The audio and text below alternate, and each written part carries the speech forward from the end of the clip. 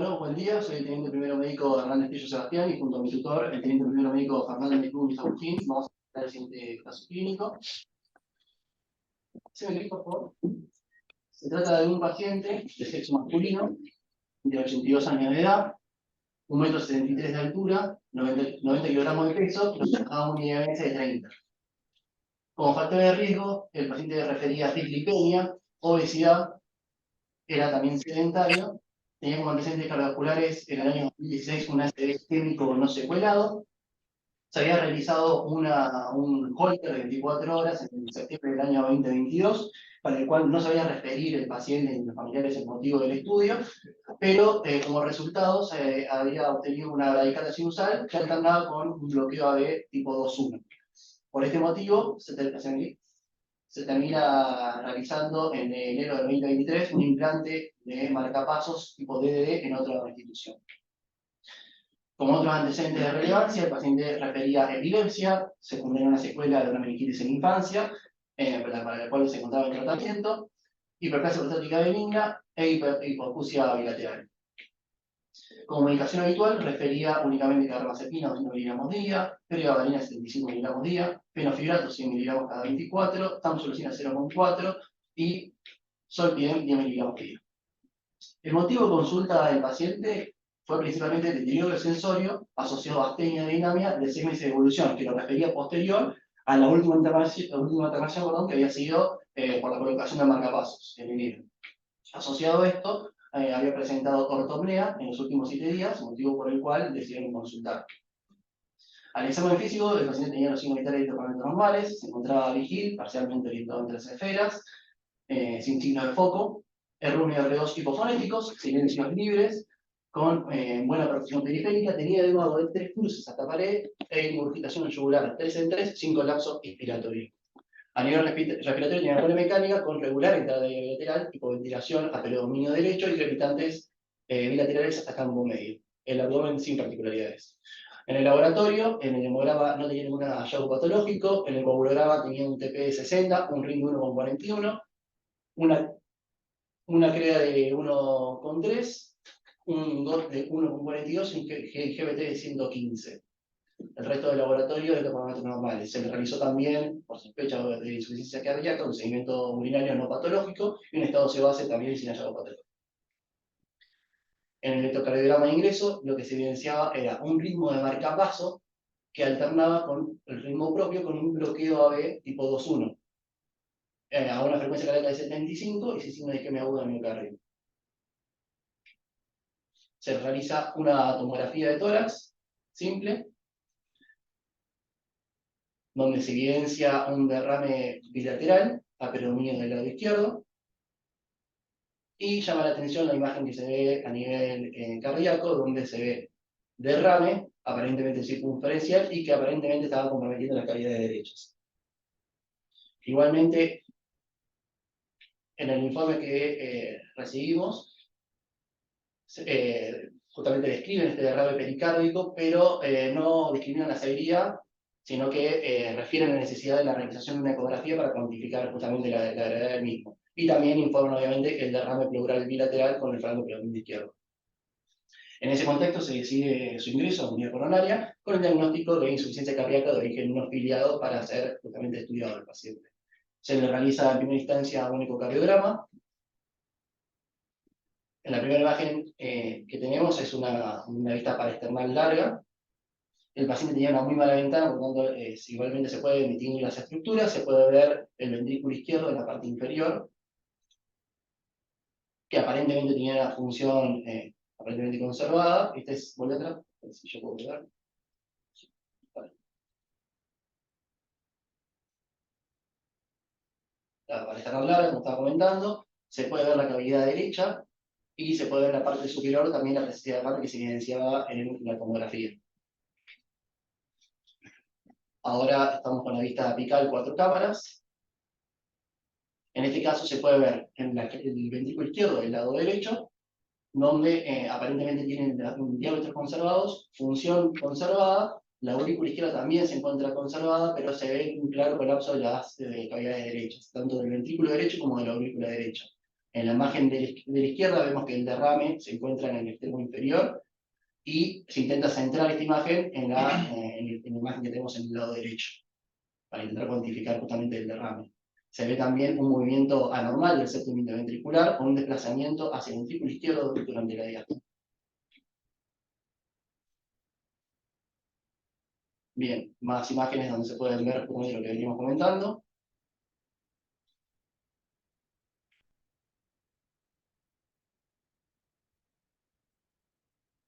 Y una vista subsifolia, donde se puede ver con mayor detalle el derrame circunferencial alrededor en la región anterior, que compromete justamente las cavidades derechas. ¿Estaba estable el paciente hemodinámicamente? A su ingreso, el paciente se encontraba con todos los signos hemodinámicos estables. Estaba como tenso, tenía una frecuencia cardíaca de 75 latidos por minuto, en contexto de un paciente marcapaseado, que alternaba con ritmo propio igualmente, pero nunca se descompensó hemodinámicamente. Prácticamente estaba taponado. Tenía imputación yugular, riesgos hipofonéticos, pero lo que le faltaba era la hipertensión hemodinámica, no estaba hipotenso, para normotenso, inclusive teniendo la hipertensión. Justamente en el informe de ecocardiograma transtorácico se evidencia, bueno, diámetro del ventrículo izquierdo conservado, una hipertrofia septal leve. Se evidencia, bueno, una función del ventrículo izquierdo levemente deteriorada, con movimiento paradojal del septum interventricular, insuficiencia mitral mínima, y la llamo más importante a nivel del pericardio, un derrame pericárdico severo, circunferencial al predominio posterior, con despegamiento máximo de 50 milímetros, con colapso de las cavidades derechas y variación significativa del flujo transmitral y tripupida de la inspiración. En este contexto, que teníamos un paciente con un derrame pericárdico, con clínica que aparentemente provenía desde alrededor de 6 meses de evolución, desde la última internación posterior a la colocación de marcapaso, y teníamos un paciente que estaba marcapaseando mal, o menos en el electroingreso, donde tenía un ritmo que alternaba con el ritmo propio, con bloqueo AB de tipo 2.1, decidimos hacer la interconsulta de electrofisiología, donde justamente nos confirman, al interrogar al dispositivo, que tenía una falla del sensado auricular y estaban las impedancias aumentadas del cable de marcapaso. En ese contexto, justamente, lo que empiezan a sospechar es que posiblemente el cable de marcapaso estuviese mal fijado o inclusive hubiese perforado las cavidades cardíacas. Y reorientamos el diagnóstico hacia un posible derrame pericárdico severo en probable relación con el dispositivo marcapaso. La pregunta sería, ¿qué conducta tomaría en un paciente que tenemos un derrame pericárdico severo? La clínica hemodinámicamente estable, pero presenta riesgo de taponamiento inminente. No sé si alguien quiere participar. Yo creo que en este caso es simple la pregunta, creo que ese líquido hay que drenarlo. Hay que ver cuándo es el momento para drenarlo y creo que también es importante el tema de ver, de descartar si está perforado o no. Porque ahora también surge la duda de, bueno, si está perforado y nosotros drenamos, podemos llegar a tocar el cable o el coagulito que esté haciendo que el paciente no se tapone, se nos puede taponar en un segundo y ahí es donde surge la mayor complicación. No sé si se encuentra el doctor Benavides, si opina lo mismo, si haría otra cosa, si lo llevaría directamente a cirugía. También contamos con la presencia de hemodinamistas, no sé qué opina el doctor Kerbukian. Hola, buen Hola. día. Sí, dale, Julián, dale. Me, me parece que el paciente tiene una clínica de un derrame crónico, que eso es lo que me da tranquilidad de que ese derrame lleva bastante tiempo y que sea la causa traumática o no, generalmente los mismos tejidos del pericardio, del corazón, hacen su propia barrera, así que si fuera traumático o no, generalmente no pasaría nada. En el caso del paciente agudo, sí, donde hay una colocación de un marcapaso traumático, etcétera, dependiendo de la estructura que se rompa, en ese caso sí es factible que el paciente se descompense de manera inmediata o inmediata, y dependiendo también de la estructura que está afectada. Pero después me parece que son pacientes que se pueden contemporizar, pudiendo llegar a la causa, pues no exacta, pero llegar a una causa más o menos cercana del diagnóstico para poder hacer bien el tratamiento después. Perfecto, gracias, doctor. Yo quería primero comentar que conocemos el caso, con lo cual uno, digamos, se opina desde el conocimiento del caso y la evolución, ¿no? Digo porque quizás haya personas que no lo conozcan y bueno, entonces vamos a tratar de no spoilear mucho, pero en principio yo lo que diría, yo no recuerdo haber visto, si bien es posible, en medicina siempre suceden cosas inesperadas, no recuerdo haber visto un paciente que tenga perforado una cavidad y evolucione, digo por el marcapaso, por decir que este derrame sea por una perforación no resuelta, digo, ¿no? O sea, que uno dijera, bueno, sigue comunicada la aurícula, por ejemplo, con el pericardio. No recuerdo un caso crónico así, ¿no? En general eso se resuelve se denuncia en forma aguda, con lo cual eso no lo veo como una probabilidad, pero bueno, siempre pueden pasar esas cosas. Es raro, muy raro sería, yo no lo vi nunca. Después tampoco lo he leído. También es interesante pensar que en una evolución crónica seguramente uno debería, y de hecho lo hicimos, vincularlo a la colocación del implante de marcapaso, y entonces habría que ver cuál sería el mecanismo. Yo en ese momento lo que más posible parecía es que se hubiera producido alguna perforación en la colocación, por ejemplo, del cable auricular, y que luego se hubiera reposicionado, y creo que tenía falla de captura en ese cable, así que quizás se hubiera producido una perforación en la colocación que luego, digamos, se recolocó el catéter, y a veces eso puede haber producido el derrame en su momento y haber cedido espontáneamente, ¿no? Con respecto a a la conducta en ese momento, no voy a comentar porque, bueno, hicimos algunas apreciaciones, pero bueno, lo dejo ahí.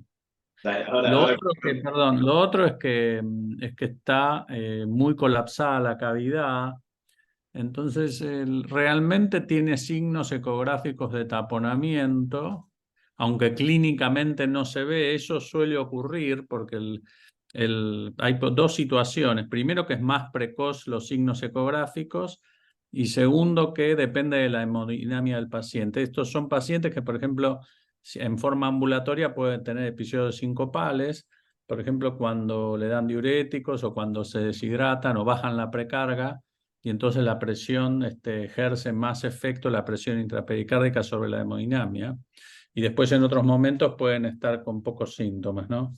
Por eso me parece que no es que uno pueda dejarlo al paciente ambulatorio y decirle, bueno, si tiene estos signos no puede estar ambulatorio el paciente, hay que resolverlo, más allá de la causa, ¿no? O cómo lo resuelva uno. perfecto, gracias. Bueno, justamente se discutió esto en un ateneo clínico quirúrgico para definir la conducta, y lo que se definió fue inicialmente expectar la pericardiocentesis y optimizar el paciente con una toracocentesis para mejorar la condición clínica del mismo, y realizar una angiotomografía cardíaca para intentar valorar la ubicación de los catéteres del marcapaso, para ver si estaban relacionados o no a la patología del paciente. Lo primero que se realiza es la toracocentesis, donde se obtiene 1500 mililitros de un líquido con características de transudado, se envían muestras para anatomía patológica que a la fecha se encuentran pendientes, y cultivos con resultados negativos. Se realiza la angiotomografía, que la verdad es que no arroja ningún dato importante sobre la colocación, la ubicación del catéter de marcapaso, ni la posible causa del derrame. Se intenta realizar la reconstrucción, que por error de técnica tampoco permite visualizar bien la fijación de los catéteres de marcapasos.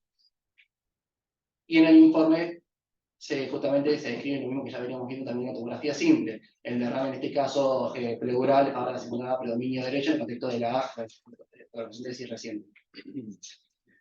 En este contexto, luego de realizar todos los procedimientos, se lo vuelve a presentar en el ateneo clínico quirúrgico, y en este caso se define realizar la pericardiocentesis y la realización de un electrocardiograma transesofágico, para ver de esta manera la relación de los cables de marcapaso con el ventrículo y las posibles complicaciones. Se realiza la pericardiocentesis y se obtiene como débito este líquido que estaba, bueno, sorprendió al momento de obtenerlo y obligó a reorientar el diagnóstico. Se obtiene un líquido con características turbias, posiblemente purulento, o también se menciona un momento de características linfáticas. Se envían para análisis físico-químico y justamente confirma que nos encontramos frente a un líquido purulento con campo cubierto por leucocitos. Se envía parte del líquido a cultivo con rescate de Staphylococcus aureus multisensible, y también en ese contexto, al tener este nuevo diagnóstico, se decide realizar hemocultivos por 3, donde tenemos en el primer y segundo frasco un Staphylococcus epidermidis, también multisensible, y en el frasco 3 un Populasa negativo METIR que se interpretó como contaminación. También se toma muestra para el cultivo con un rescate de carga. En este contexto, obviamente, como dijimos, se reinterpreta el paciente y pasamos a interpretarlo como un derrame pericárdico purulento, es decir, un piopericardio, y se inició el tratamiento antibiótico inicialmente empírico, luego ajustado a antibiograma con vancomicina, piperacillina, tazobactam y fluconazol. Se realiza también en el mismo día el ecocardiograma transesofágico, donde justamente también no tiene ningún hallazgo nuevo relacionado en conversión con el transtorácico. Lo que sí se evidencia es la ubicación de los cables de marcapaso en cavidades derechas y no se evidenció ninguna perforación ni vegetación asociada al dispositivo ni a las válvulas. A todo esto el paciente se encontraba con una buena evolución, tanto clínica como parámetros de laboratorio de imágenes. Siempre se encontró hemodinámicamente estable, ya en 2 semanas de internación, afebril. En el laboratorio nunca tuvo parámetros de sepsis, nunca tuvo leucocitosis. Lo único que tenía como positivo eran los cultivos, del líquido pericárdico y de hemocultivos, negativos a nivel del líquido pleural, y serologías negativas en el contexto del nuevo diagnóstico. Se realizan en nuevas imágenes en búsqueda de focos sépticos, todas con resultados negativos. Y lo que sí se confirmaba era la persistencia de la colección a nivel pericárdica, que había disminuido luego de la pericardiocentesis, pero seguía con una regeneración leve en los ecocardiogramas siguientes. La pregunta sería ahora, ¿qué conducta tomamos con este paciente? Que ahora tenemos un nuevo diagnóstico donde ya confirmamos que el derrame era de características puramente purulentas y no celosa sociocromática, vamos a empezar en un primer momento.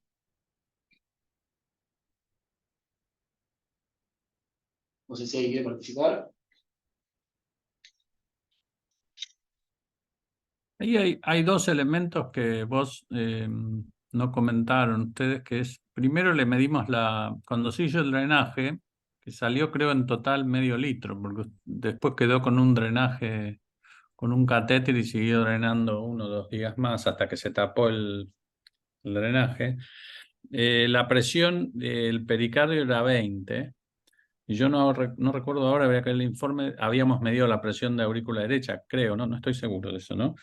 Pero bueno, de todas maneras, cuando drenamos los 350 mililitros, quedó con una presión de 10, que normalmente tendría que ser 0 la presión intrapericárdica. O sea, quedó con, a pesar de haber drenado, en general cuando uno drena un volumen así, baja la presión, por más que quede líquido, suele bajar la presión y también se suele ver la distensión de la cavidad derecha. O sea, uno lo que debiera haber visto normalmente en un derrame, que no fuera de estas características, por eso lo quiero resaltar, debería bajar la presión y además en el eco no debería verse tanto el colapso de las cavidades, que creo que dijiste que se seguía viendo, ¿no? En el transesofágico. Así que, y lo otro que quería comentar es que también lo comentamos en su momento, es que tenía mucho engrosamiento pericárdico, que ese es un signo de inflamación crónica que coincide con el cuadro clínico del paciente. Tenía hasta 5 o 6 milímetros en algunos lugares de engrosamiento. Recordemos que tiene que ser menos de 1 milímetro el epicardio, digamos, medido. Con lo cual, esos son elementos de menor pronóstico, de mal pronóstico. En general, cuando la afección del ventrículo derecho es de esta naturaleza y no mejora, uno tiene que pensar que ya el pericardio está funcionando con una cavidad muy rígida, ¿no? Digo, hasta acá y bueno, sí. Era interesante igualmente que el paciente no se comportaba, por ahora por lo menos, con hemodinamia de una pericarditis constrictiva, ¿no? Más allá de esto que comentaba el doctor.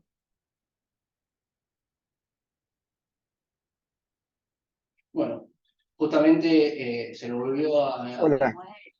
Sí, A mí me parece que ahí tenemos que se puede resaltar el trabajo de hemodinamia, porque, viste, hubo una discusión, o por lo menos hubo un debate acerca de quién iba a hacer o quién iba a realizar la pericardiocentesis, y entre todos les transmití que o sea, la evaluación de hemodinamia, la punción guiada, las medidas de presiones, son cosas que son importantes dentro de la evaluación del paciente. Por eso la punción pericárdica no debería dejar de ser una simple derrame pericárdico, sino que en la gran mayoría de los pacientes, salvo el paciente que sea emergente, la parte hemodinamia tiene un factor importante en la discusión y en la solución de este tipo de pacientes. Y el tiempo nos determinó que esa evaluación y ese tratamiento o ese diagnóstico de hemodinamia ayudó muchísimo eh, a la evolución del paciente. Si no lo hubiera hecho hemodinamia bajo sus técnicas, bajo sus medidas, nos hubiéramos quedado solamente con la salida de pus y nada más. Y en ese sentido yo obviamente coincido y además quisiera agregar que la punción es más segura cuando se combinan métodos para direccionar la zona de punción o la aguja, ¿no? En este caso, nosotros en general usamos ecografía y radioscopía también, ¿no? Esos son elementos que, como decía Julián, cuando no es una emergencia, permiten hacer un procedimiento más seguro, lo cual no es menor, digamos, a la hora de hacerlo. Y después, por otro lado, nos permite hacer una navegación con catéter y con cuerda dentro del pericardio, incluso a veces se puede llegar hasta los recesos. Eso permite visualizar si hay tabiques y además de dejar un catéter que lo que se recomienda es cuando se hace la punción, digamos porque eso tiene indicaciones muy precisas, la punción, cuando se hace está recomendado dejar catéteres de permanencia de 24, 48 horas para el drenaje completo, para evitar lo que suele llamarse pseudorecidivas, que son pacientes que después deberían o volverían a tener derrame y no sería sino que son derrames residuales, porque cuando se hace punciones a ciegas, muchas veces se hacen drenajes parciales, entonces esta medida es más completa. Digo, teniendo estas facilidades, uno debería ofrecérselas al paciente. Si uno no las tiene, bueno. Buen día a todos. En cuanto a la clínica, el paciente al ingreso estaba con yugulares altas, enzimas hepáticas aumentadas, o sea, estaba con clínica de pericarditis restrictiva. Me llama la atención que con la presión que comentó Rubén, el paciente que dificultaba el llenado de las cavidades derechas, el paciente no se haya sincopado. Está bien, no hay muchos de estos casos como para hablar de experiencia, pero la verdad que con esa presión pericárdica y con la aurícula con presión cero, la verdad que no se haya sincopado, es medio raro, ¿no? sí, el paciente únicamente, a los familiares también referían como síntoma fatiga, astenia, dinamia y el incremento de los edemas en los últimos 6 meses. Lo que se ve era la anortomnea en la última semana de la evolución, pero nunca refirieron síncope ni cuadros similares. Acá. Bueno, continuando con el caso, se volvió a visitar el paciente en el ateneo y lo que se definió en este caso, a interpretar el paciente como en un piopericardio con altas posibilidades de que esté con pericarditis constrictiva, realizar la conducta quirúrgica, una pericardiectomía.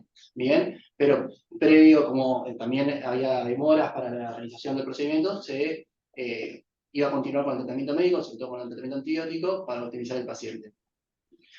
Mientras se encontraba a la espera del procedimiento quirúrgico, como únicamente ocurre, el paciente presentó regeneración del líquido pleural, por el cual se realizaron 3 toracocentesis, siempre regenerando del lado izquierdo, y tuvo un único registro febril aislado que no se asoció a compromiso hemodinámico ni tampoco a elevación de blancos en el laboratorio, por lo cual se realizó un cultivo por 2 con rescate de Klebsiella en ambos frascos, para el cual cumplió tratamiento antibiótico. Sebas. Sí, El líquido pleural siempre, o sea, que se generaba cada rato, era siempre trasudado. siempre el lado izquierdo. Trasudado, cultivos negativos. Y el bacteriológico nada, negativo. Negativo, sí. Bien. No sé clic, por favor. Bueno, en este contexto se llega a la cirugía del paciente, donde se realiza la pericardectomía. Acá voy a poner algunas imágenes del procedimiento. Ya vemos el paciente con la esternotomía media, cómo se encuentran generando la incisión sobre el pericardio parietal. En el video de la izquierda, en la imagen de la derecha se encuentra la apertura del pericardio parietal y se puede ver el pericardio visceral con importantes adherencias, se lo ve engrosado y con características bien fibrosadas. En este caso vemos en el video de la izquierda cómo se está abriendo el pericardio parietal, se están sacando las adherencias. Se puede ver también que la motilidad del corazón se encuentra comprometida, justamente restringida por el pericardio visceral, que se encuentra muy rígido. Ahí se ve mejor. Y a ver en otro video. Bueno, se tomaron muestras del pericardio parietal, tanto para cultivos como para anatomía patológica, y se procede a empezar a retirar el pericardio visceral. Se puede ver en el video de la derecha que una vez retirado el pericardio visceral de la aurícula derecha, empieza a recuperar la motilidad.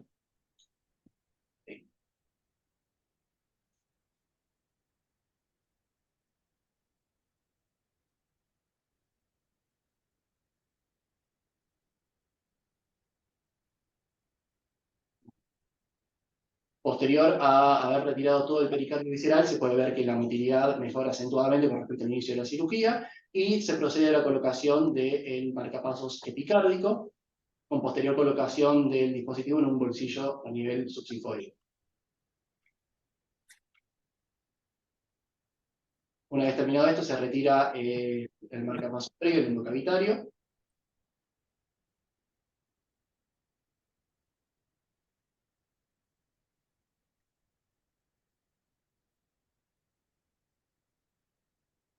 Y acá es una imagen previo al cierre ya de la esternotomía, donde vemos del lado derecho al final de la cirugía y del lado izquierdo el inicio, cómo mejoró la motilidad cardíaca al retirar el pericardio visceral, que era el que se encontraba impidiendo la distensión del ventrículo de las cadenas cardíacas.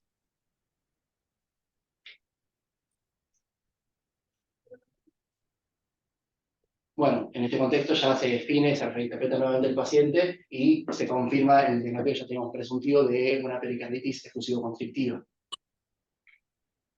El paciente retorna a la unidad coronaria con asistencia respiratoria mecánica, con requerimiento de vasopresores y inotrópicos a damas altas, responde de forma mal al tratamiento médico, evolucionando con falla del ventrículo derecho y provocando justamente un fallecimiento en el postoperatorio inmediato. Bueno, la idea a partir de ahora sería realizar una revisión biográfica sobre la patología que tuvo el paciente, el derrame pericardio con un taponamiento y la pericarditis constrictiva, y posterior a esto realizar una revisión sobre la relación que hay con esta patología y los dispositivos tanto de marcapaso como CDI. No sé si alguien quiere comentar antes de empezar con la revisión algo del caso clínico. No sé si doctor Benavides quiere comentar algo de la cirugía.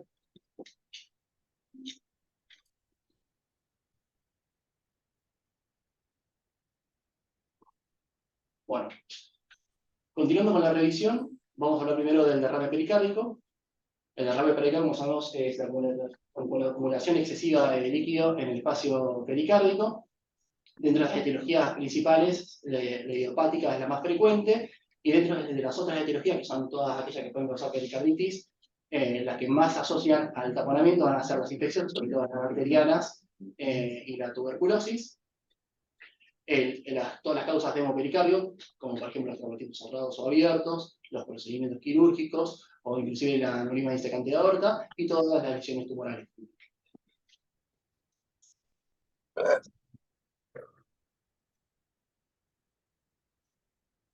Bien, por favor. Con respecto a la fisiopatología de esta patología, bueno, sí, comienza todo con la acumulación de líquido dentro del espacio pericárdico.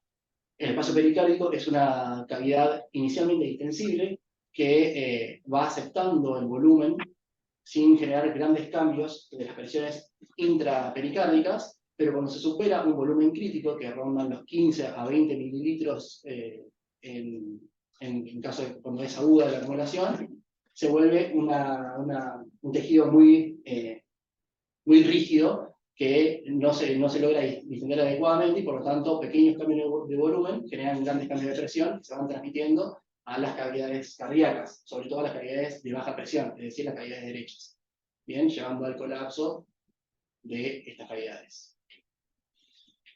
Una vez que se provoca el colapso de estas cavidades, se va a generar obviamente un incremento de las presiones, al haber un incremento inicial de las presiones intrapericárdicas, aumentan también las presiones de las cavidades derechas, que son de menor presión, que se equiparan a las presiones de las cavidades izquierdas, sobre todo de la aurícula, que rondan alrededor, en la mayoría de los taponamientos, de 20 milímetros de mercurio.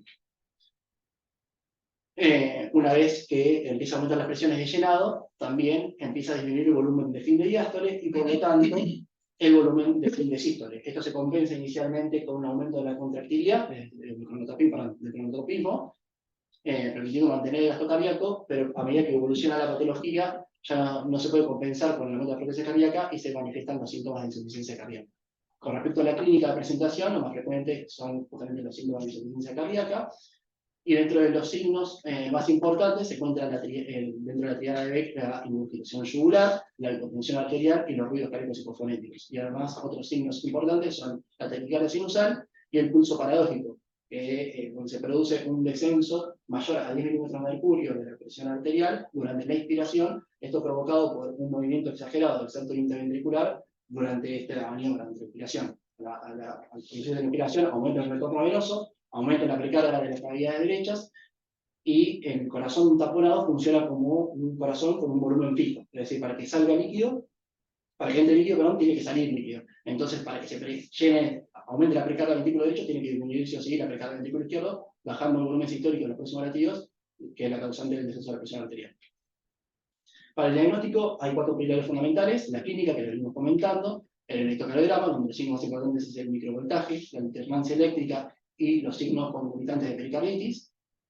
Son todos signos específicos, pero muy poco sensibles, que no van a estar presentes dentro de los pacientes. La radiografía de tórax, donde se pueden ver signos como el cambio de la forma del corazón, se toma una forma más redondeada, la LIGO-M, el derrame pleural concomitante. Y por último, el ecocardiograma. En el ecocardiograma se puede no solo evidenciar el derrame y cuantificarlo, en leve, moderado, grave, debe saber que tiene menos de 10 milímetros de mercurio, leves milímetros de diámetro, moderados entre 10 y 20, y graves más de 20. Además de eso, también se puede ver los signos de severidad del derrame. Justamente van a ser el colapso diastólico precoz del ventrículo derecho, la hendidura diastólica tardía del ventrículo derecho y el movimiento normal del septum interventricular. Sobre todo este movimiento se va a ver exagerado, como comentamos previamente, en la expiración. El diagnóstico además se puede apoyar en otros estudios complementarios, como la tomografía y la resonancia magnética, aunque no se tienen que realizar de forma rutinaria, sino cuando hay dudas diagnósticas, y también el análisis directo con pericardocentesis o pericardioscopía y toma de muestras. Si bien es un método que puede ayudar a determinar la etiología del derrame y del taponamiento, solo se hace cuando, además de tener una utilidad diagnóstica, también tiene utilidad terapéutica. El tratamiento, para el tratamiento es importante preguntar si el paciente se encuentra taponado o no. En el caso que la respuesta sea no, hay que ver si hay un alto riesgo de que se tapone.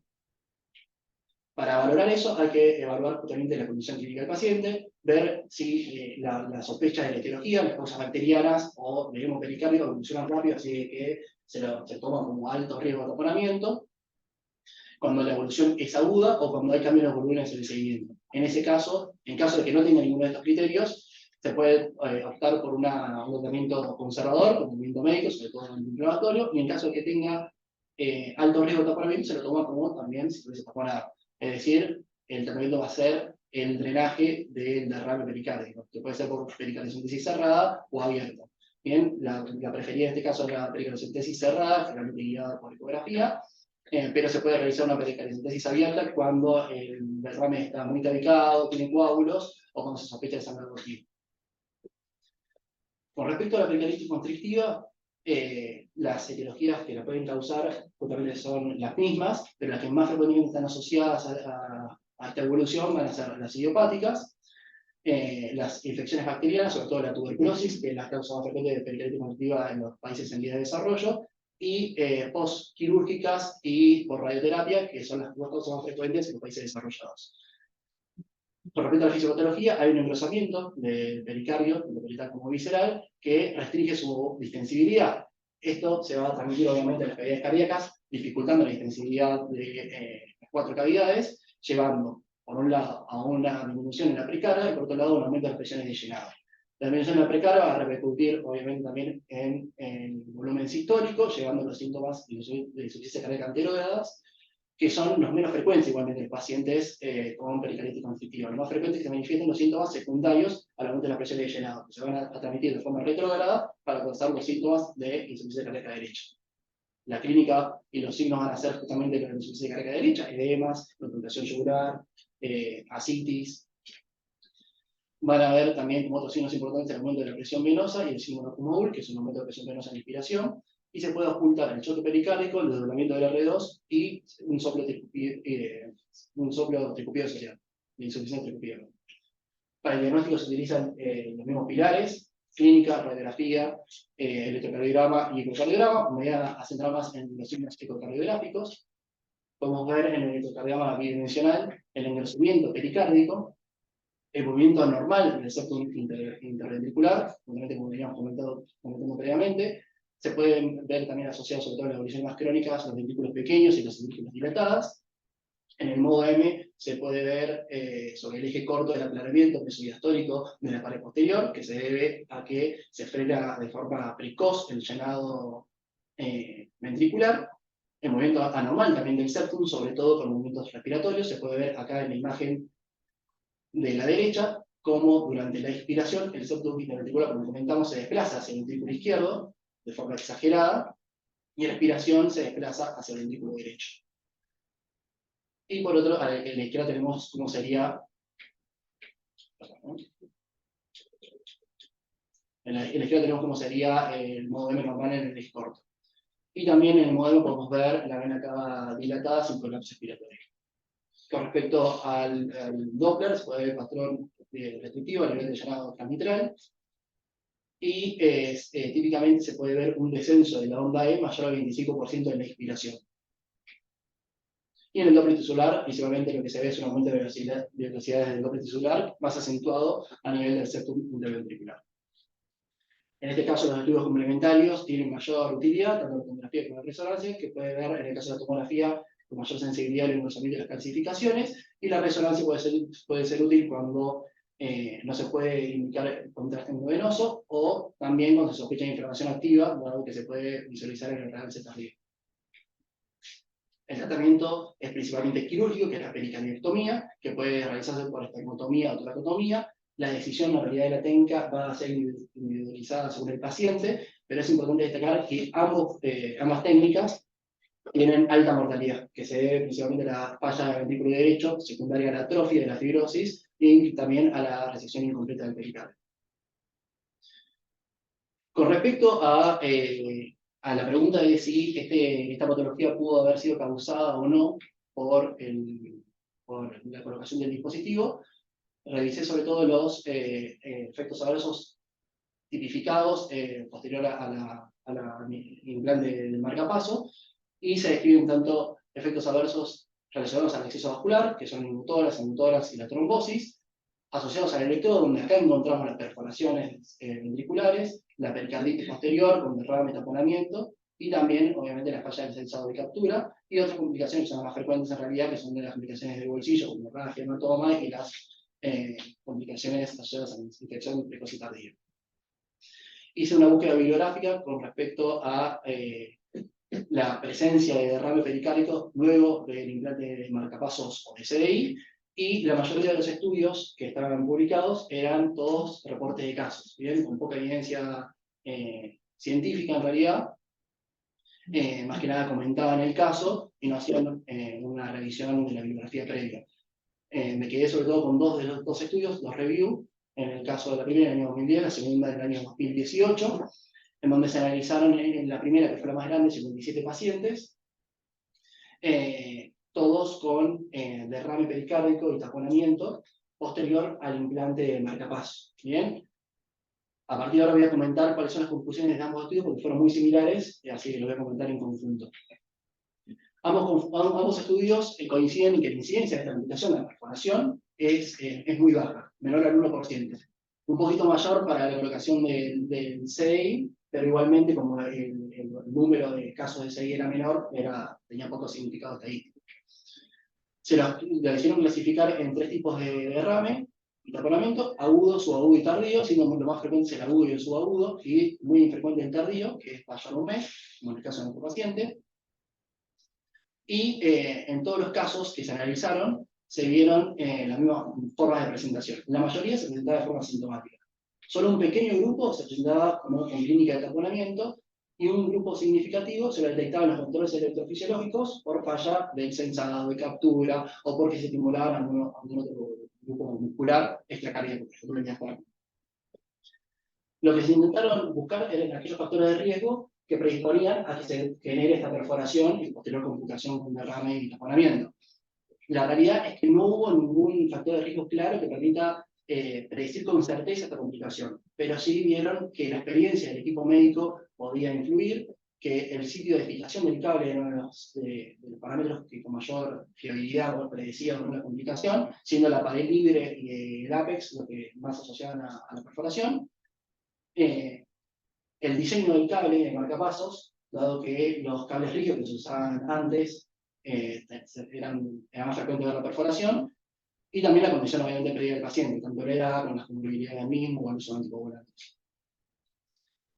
En función de esto, intentaron establecer pautas para prevenir o detectar de forma precoz esta complicación del derrame pericárdico, y definieron que lo más importante es tener una adecuada técnica de implante de dispositivo, como comentamos previamente, y lo más importante es realizar un diagnóstico precoz. Para este diagnóstico precoz no hay que esperar a los síntomas, sino que lo ideal es que se detecten en los controles electrofisiológicos y también con controles con un ecocardiograma post-implante. Bien, como conclusiones del trabajo, el taponamiento cardíaco es una urgencia que requiere la pericardiocentesis. Esta no se debe retrasar, salvo que la condición clínica del paciente lo merite. El piopericardio es una entidad muy poco frecuente, con alta mortalidad, que suele evolucionar de forma rápida la pericarditis constrictiva, como también en el caso de nuestro paciente. Una vez instaurado la pericarditis constrictiva, la principal estrategia terapéutica es la pericardiectomía, siendo igualmente un procedimiento con alta mortalidad. Y la perforación cardíaca es una complicación poco frecuente, pero posible, luego del implante de marcapasos. No hay factores de riesgo que permitan predecirla con certeza, pero la mejor forma de evitar complicaciones mayores es realizar un diagnóstico precoz del mismo mediante métodos de imágenes y controles electrofisiológicos. Muchas gracias por la atención. Bueno.